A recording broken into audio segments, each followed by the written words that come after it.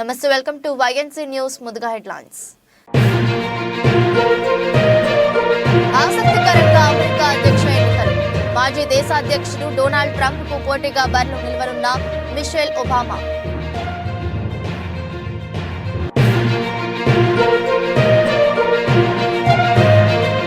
జగమంతా రామనామ స్మరణ. అయోధ్యలో కొలువు తీరిన బాలరామయ్య.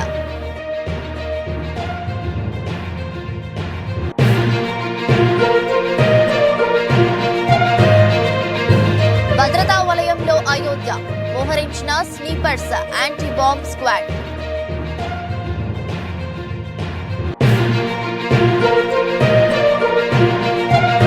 చంద్రబాబును సీఎంను చేయడమే షర్మిల లక్ష్యంగా కనిపిస్తోంది. సజ్జల సంచలన వ్యాఖ్యలు.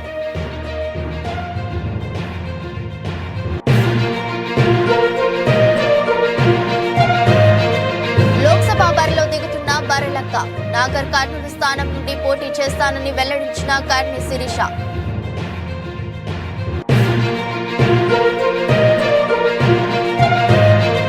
భారత్ జోడో న్యాయ యాత్రలో జై శ్రీరామ్ మోదీ నినాదాలు.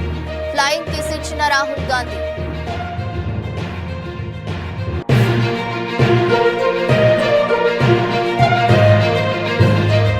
ఉప్పల్లో తొలి టెస్ట్. హైదరాబాద్ చేరుకున్న ఇంగ్లాండ్.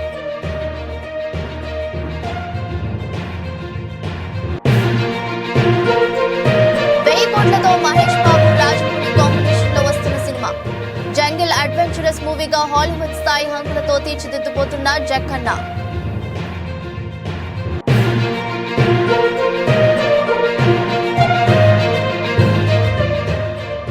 పరీక్షల దశలో BMW EV బైక్ టెస్ట్.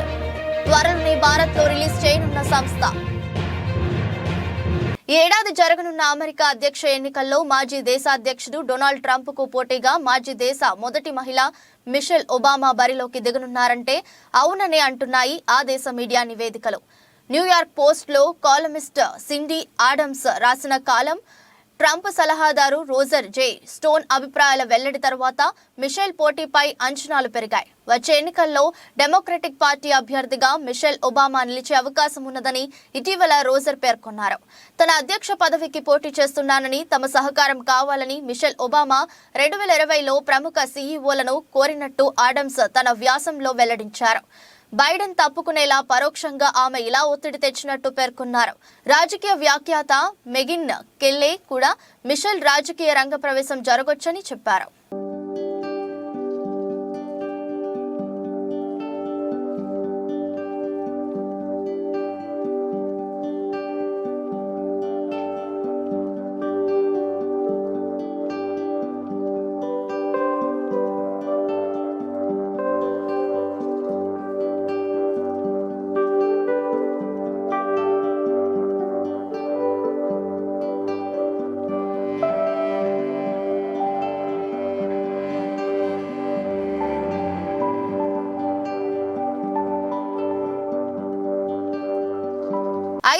ఏళ్ల సుదీర్ఘ నిరీక్షణకు ఇవాల్టితో తెరపడనుంది. వేల మంది ప్రత్యక్ష, కోట్ల మంది పరోక్ష వీక్షణ మధ్య అభిజిల్లగ్నంలో ప్రధాని నరేంద్ర మోదీ అయోధ్య ఆలయంలో శ్రీరాముడి విగ్రహాన్ని ప్రతిష్ఠించారు. మధ్యాహ్నం 12:20 ప్రాణ ప్రతిష్ఠ కార్యక్రమం ప్రారంభమై 1 గంటకు ముగిసింది. ఆలయాన్ని సంప్రదాయ నాగర శైలిలో నిర్మించారు. 380 అడుగుల పొడవు, 250 అడుగుల వెడల్పు ఉంటుంది. 161 అడుగుల ఎత్తు ఉంటుంది. ప్రతి అంతస్తు 20 అడుగుల ఎత్తున ఉంటుంది. ఈ ఆలయ నిర్మాణంలో 392 స్తంభాలు, 44 గేట్లు ఉన్నాయి. రామ మందిరంలో ప్రతిష్ఠించనున్న విగ్రహం ఎత్తు 51 అంగుళాలు. అయోధ్యలో రాముడి విగ్రహాన్ని ప్రతిష్ఠించ సందర్భంగా రామ మందిరాన్ని రంగురంగుల విద్యుత్ దీపాలతో అలంకరించారు. పూలతో స్వర్వాంగ సుందరంగా తీర్చిదిద్దారు. అయోధ్య నగరం మొత్తం ఆధ్యాత్మిక శోభతో కలకలలాడుతోంది. రామ్ లల్లా విగ్రహ ప్రతిష్టాపన సందర్భంగా దేశవ్యాప్తంగా రామనామ స్మరణతో మారుమ్రోగుతుంది. అయోధ్య నగరం మొత్తం వేల క్వింటాళ్ల పూలతో అలంకరించారు. రామాలయాన్ని 3000 కిలోల పూలతో అలంకరించారు. అయోధ్య ధామ్లోని ప్రతి ప్రదేశం దేదీప్యమానంగా ఉంటుంది. అయోధ్యకు వెళ్లే వివిధ రహదారులను కూడా పువ్వులు, దీపాలతో అలంకరించారు. దేశంలోని వందలాది దేవాలయాల్లో రామ్ చరిత్ మానస్ పారాయణం జరుగుతుంది. ప్రాణ ప్రతిష్ఠ కార్యక్రమాన్ని మంగళ ధ్వని మధ్య నిర్వహిస్తున్నామని రామ జన్మభూమి తీర్థక్షేత్ర ట్రస్ట్ తెలిపింది. దేశంలోని వివిధ రాష్ట్రాల్లో ప్రఖ్యాతగాంచిన 50 సంగీత వాయిద్యాలకు ఒకే వేదికపై చోటు కల్పించినట్లు ట్రస్ట్ తెలిపింది. మొత్తం 2 గంటల పాటు మంగళ ధ్వని కార్యక్రమం ఉంటుంది.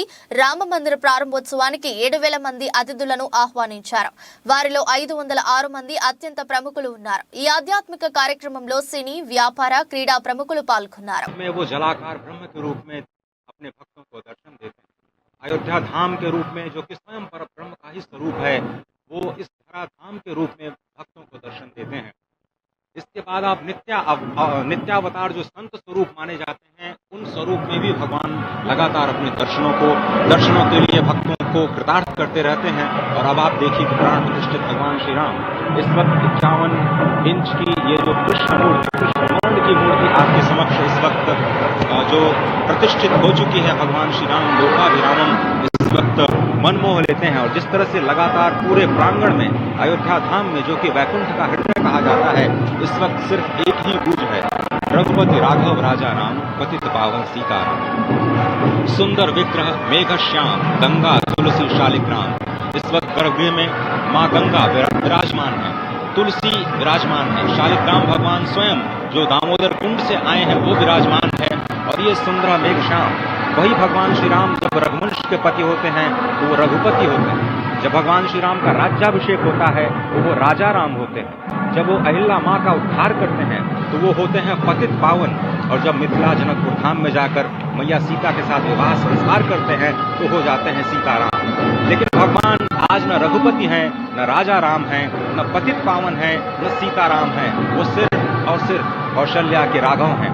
आज पौष के शुक्ल द्वादशी के पावन दिवस पर जब भगवान श्री राम पधारे हैं, प्राण प्रतिष्ठित हुए हैं, तो माँ कौशल्या अत्यंत प्रसन्न होंगी। भगवान सूर्य जिनके वंश में भगवान श्री राम ने जन्म लिया, इस वक्त जो प्रत्यक्ष दर्शन दे रहे हैं, भगवान श्री सूर्य भास्कर की किरणें नवमी के दिन भगवान के मस्तक को चूमेंगी। ऐसे प्रतिष्ठा की गई है इस मंदिर की। आप समझिए कि इस वक्त भगवान शिव नृत्य कर रहे होंगे। मैं इस वक्त जो मन में मेरे भाव आ रहा है कि इस वक्त त्रिलोकी इस वक्त विह्वल नजर आ रही होगी, भावनाओं में नजर आ रही होगी। स्वर्ग लोक में इंद्र इस वक्त मृदंग का वादन कर रहे होंगे, देवता इस वक्त नृत्य कर रहे होंगे। हनुमान लला हनुमंत लाल इस वक्त नाच के श्री राम जय राम जय जय राम जो भी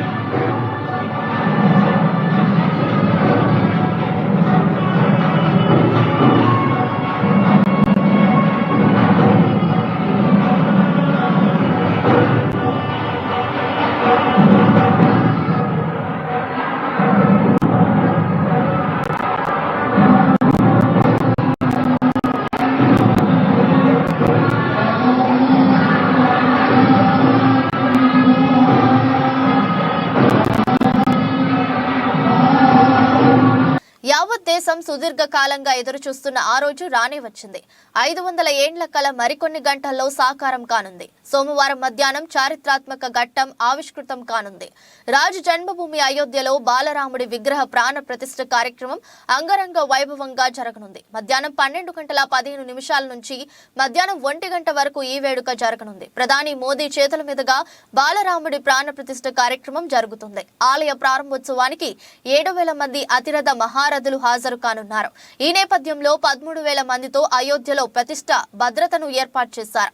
ఇప్పటికే అయోధ్య నగరం భద్రతా వలయంలోకి వెళ్లిపోయింది.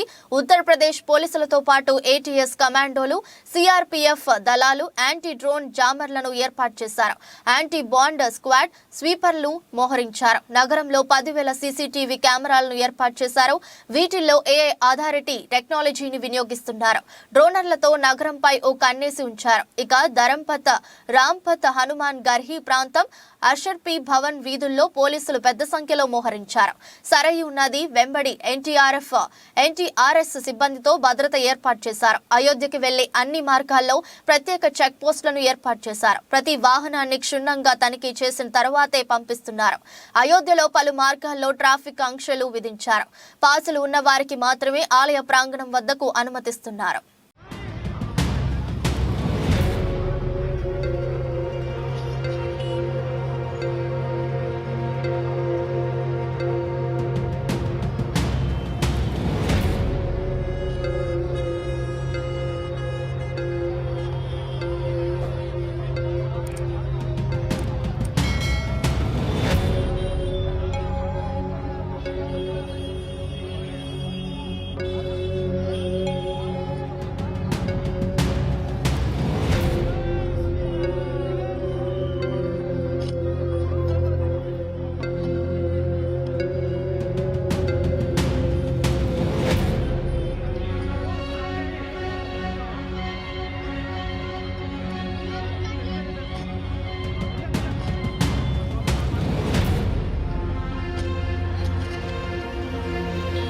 కాంగ్రెస్ అధ్యక్షురాలిగా బాధ్యతలు స్వీకరించిన వెంటనే సీఎం జగన్ ను ఉద్దేశించి వైఎస్ షర్మిల చేసిన ఘాటు వ్యాఖ్యలపై ఏపీ ప్రభుత్వ సలహాదారులు సజ్జల రామకృష్ణారెడ్డి తీవ్రంగా స్పందించారు.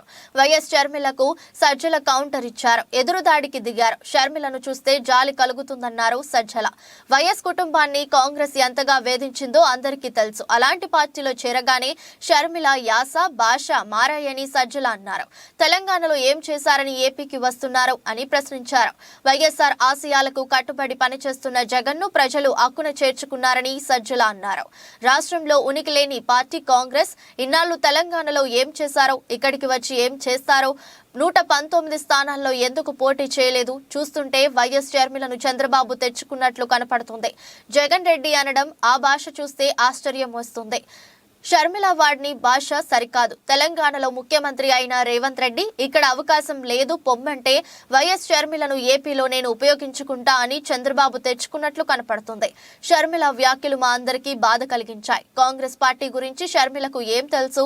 రాష్ట్రానికి, వైఎస్ఆర్ కుటుంబానికి కాంగ్రెస్ ఎంతో ద్రోహం చేసింది. జగన్ రెడ్డి నియంత అనడం ఈ భాష ఆశ్చర్యం కలిగిస్తుంది అని వాపోయారు సజ్జల రామకృష్ణారెడ్డి. నేరుగా రాజశేఖర రెడ్డి గారి పేరు ఛార్జ్షీట్లు కూడా పెట్టిన పార్టీ కాంగ్రెస్ పార్టీ. తన అన్న ఈరోజు ముఖ్యమంత్రి జగన్మోహన్ రెడ్డి గారిని 16 నెలలు అక్రమంగా జైల్లో పెట్టారు. ఆ తర్వాత ఆ పార్టీ నాయకులే మీరు గమనిస్తే ఆ రోజు ఆ పార్టీ నాయకుడు శంకర్రావు,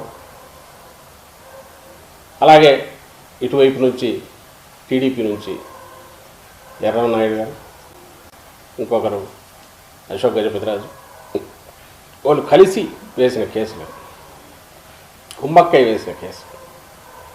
ఆ కేసులో ఛార్జ్షీట్లో రాజశేఖర రెడ్డి గారి పేరు పెట్టింది పార్టీ.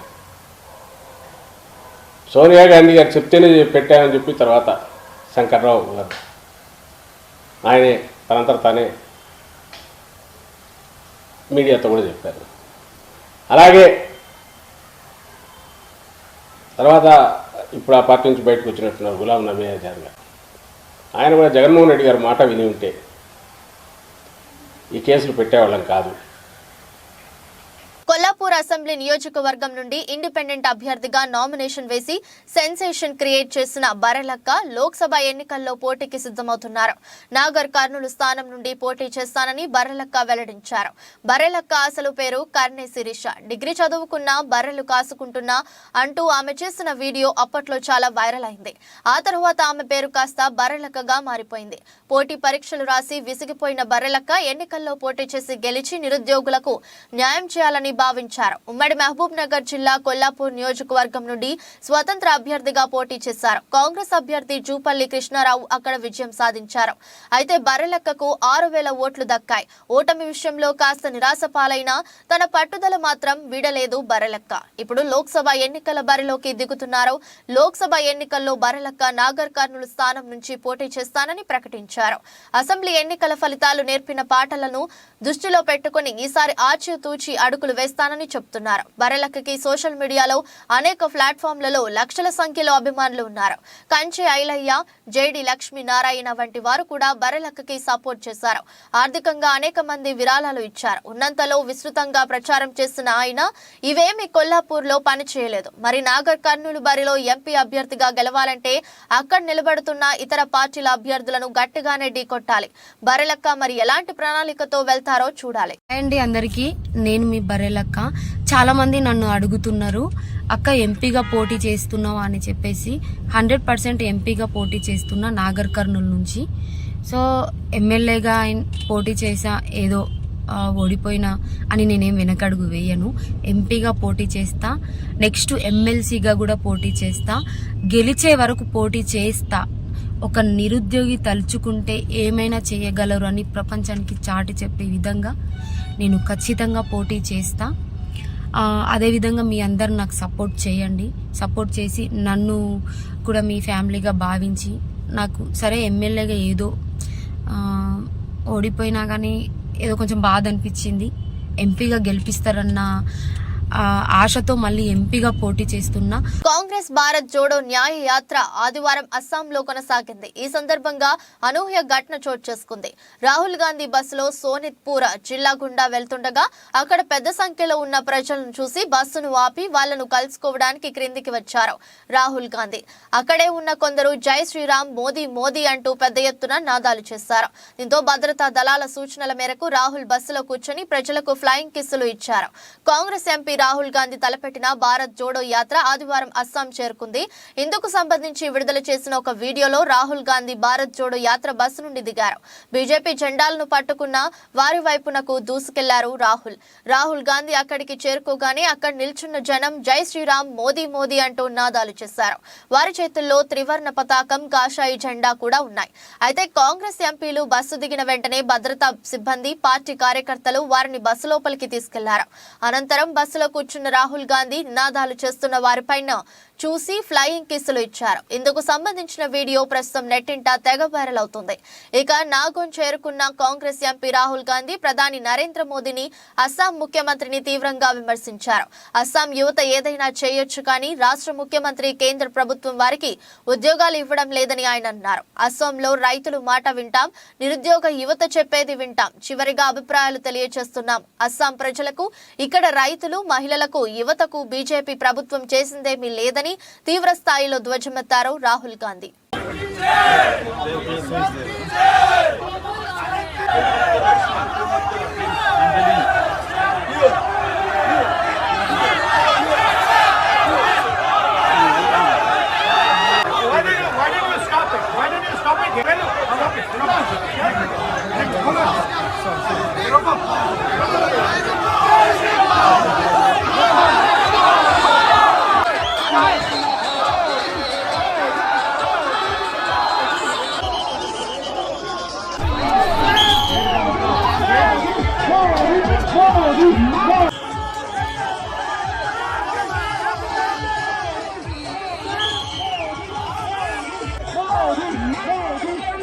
ఇంగ్లాండ్ జట్టు 5 టెస్టుల సిరీస్ కోసం భారత్ కు చేరుకుంది. తొలి టెస్టుకు వేదికైన హైదరాబాద్ బెన్ స్టోక్స్ సారథ్యంలోని ఇంగ్లీష్ జట్టు అడుగు పెట్టింది. శంషాబాద్ విమానాశ్రయంలో ఆదివారం ఫ్లైట్ దిగిన ఇంగ్లాండ్ బృందానికి అక్కడి అధికారులు పూల బొకేలతో స్వాగతం పలికారు. అనంతరం స్టోక్స్ సేన ప్రత్యేక బస్సుల్లో హోటల్కు వెళ్లింది. భారత్, ఇంగ్లాండ్ జట్ల మధ్య జనవరి 25న ఉప్పల్ స్టేడియంలో తొలి టెస్టు ప్రారంభం కానుంది. నిరుడు సొంత గడ్డపై యుషేన్ సిరీస్ 2తో డ్రా చేసుకున్న ఇంగ్లాండ్ వరల్డ్ కప్ తర్వాత వెస్టిండీస్ పర్యటనకు వెళ్లిన ఇంగ్లీష్ జట్టు అబుదాబిలో సన్నద్ధత క్యాంపులో పాల్గొంది. అక్కడి నుంచి నేరుగా స్టోక్స్ సేన భారత విమానం ఎక్కింది. 2 ఏళ్లుగా బాజ్ బాల్ ఆటోతో జోష్ మీదున్న స్టోక్స్ సేన భారత్ గడ్డపై అదే తీరుగా చెలరేగాలనే పట్టుదలతో ఉంది.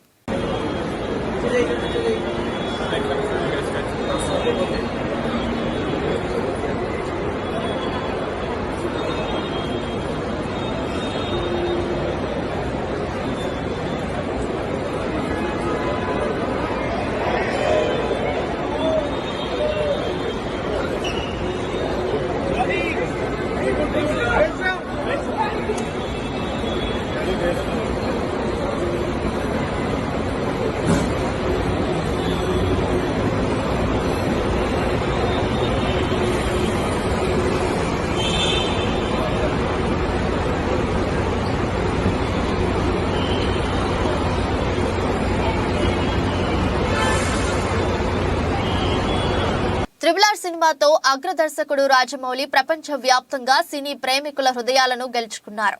ఈ నేపథ్యంలో మహేష్ బాబుతో రాజమౌళి తెరకెక్కించబోతున్న పాన్ వరల్డ్ సినిమా విశేషాల గురించి ప్రేక్షకులు ఆసక్తిగా ఎదురుచూస్తున్నారు. మహేష్ బాబు తొలి పాన్ ఇండియా చిత్రం ఇదే కావడం ఆయన అభిమానుల్లో మరింత ఉత్సాహాన్ని నింపుతుంది. ఈ సినిమా స్క్రిప్ట్ వర్క్ మొత్తం పూర్తయిందని రాజమౌళి తండ్రి రచయిత విజయేంద్ర ప్రసాద్ ఇటీవల ఓ ఇంటర్వ్యూలో వెల్లడించారు. ప్రపంచాన్ని చుట్టి వచ్చే ఓ సాహస వీరుడి కథగా ఈ సినిమాను తెరకెక్కించబోతున్నారని సమాచారం. జంగిల్ అడ్వెంచరస్ మూవీగా హాలీవుడ్ స్థాయి హంగులతో తీర్చిదిద్దబోతున్నారని, ఈ సినిమాకు దాదాపు 1000 కోట్ల బడ్జెట్ అవుతుందని అంచనా వేసినట్లు తెలుస్తోంది. ఈ చిత్రాన్ని శ్రీదుర్గ ఆర్ట్స్ పతాకంపై KL నారాయణ నిర్మించనున్నారు. తాజా సమాచారం ప్రకారం ఈ సినిమా నిర్మాణంలో మరికొందరు భాగస్వాములయ్యే అవకాశం ఉందని చెబుతున్నారు. ఓ దిగ్గజ OTT సంస్థ కూడా ఈ సినిమా ప్రొడక్షన్ లో పాల్పంచుకోవాలనే ఆలోచనతో ఉందట. అయితే ఈ వార్తలన్నీ సోషల్ మీడియా వేదికగా ప్రచారంలో ఉన్నవేనని, వీటిలో వాస్తవమెంతో తెలియాలంటే చిత్ర బృందం నుంచి అధికారిక ప్రకటన రావాల్సిందేనని అభిమానులు అనుకుంటున్నారు. ఈ సినిమాకు సంబంధించిన వివరాలను దర్శకుడు రాజమౌళి త్వరలో వెల్లడించే అవకాశం ఉందట.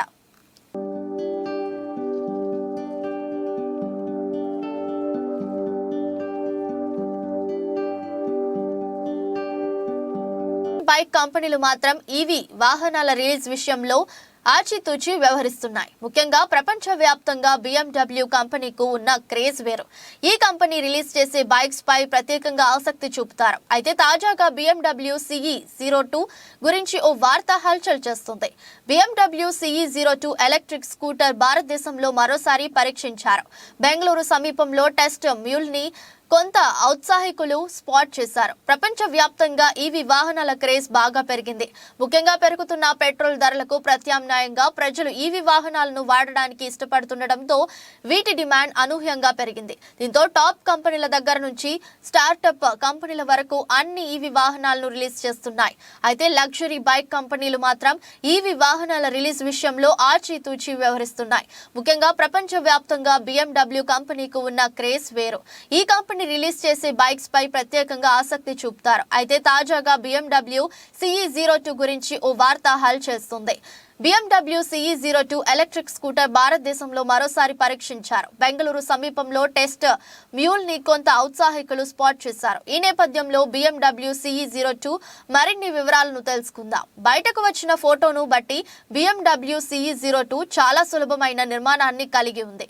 పూర్తి పరిమాణ ఎలక్ట్రిక్ స్కూటర్ తో పోలిస్తే దీని టెస్ట్ మాడ్యూల్ నిష్పత్తితో చిన్నదిగా కనిపిస్తుంది. ఈ స్కూటర్ LED లైట్లతో ఆకర్షణీయంగా ఉంటుంది. ఈ స్కూటర్ బ్యాటరీతో ఫ్లాట్ సీటు, దిగువ మోటార్ ప్లేస్మెంట్ ను పొందుతుంది.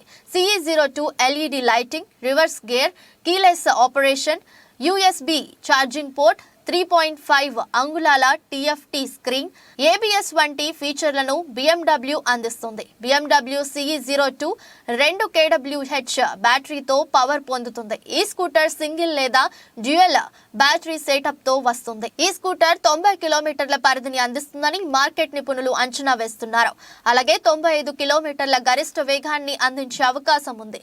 ఇది USD పోక్స్ లో సర్దుబాటు చేయగల వెనుక షాక్లపై రైడ్ చేస్తుంది. 220 mm వెనుక డిస్క్ తో 239 mm front disc braking system అందరినీ ఆకర్షిస్తుంది. అయితే ఈ స్కూటర్ రాబోయే నెలల్లో భారతదేశంలో ప్రారంభించే అవకాశం ఉందని తెలుస్తోంది.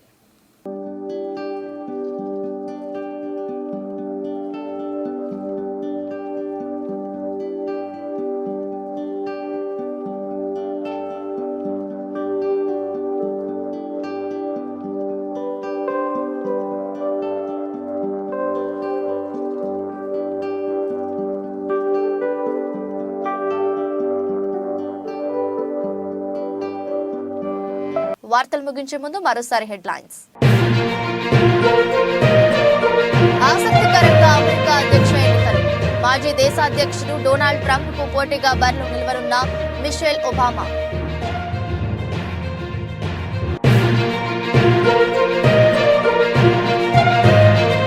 జగమంత రామనామ స్మరణ. అయోధ్యలో కొలువు తీరిన బాలరామయ్య.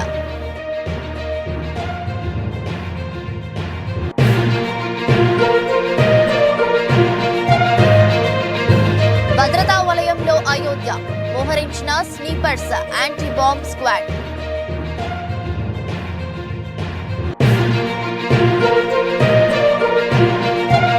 చంద్రబాబును సీఎంను చేయడమే షర్మిల లక్ష్యంగా కనిపిస్తోంది. సజ్జల సంచలన వ్యాఖ్యలు.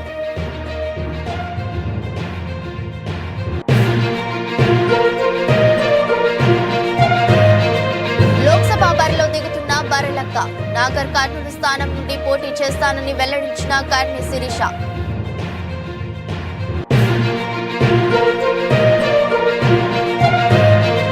భారత్ జోడో న్యాయ యాత్రలో జై శ్రీరామ్ మోదీ నినాదాలు. ఫ్లయింగ్ కిస్ ఇచ్చిన రాహుల్ గాంధీ.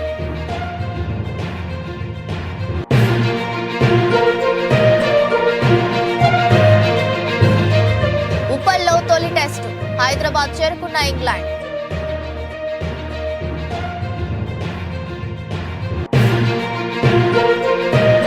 కోట్లతో మహేష్ బాబు రాజమౌళి కాంబినేషన్ లో వస్తున్న సినిమా జంగిల్ అడ్వెంచరస్ మూవీగా హాలీవుడ్ స్థాయి హంగులతో తీర్చిదిద్దుపోతున్న జక్కన్న.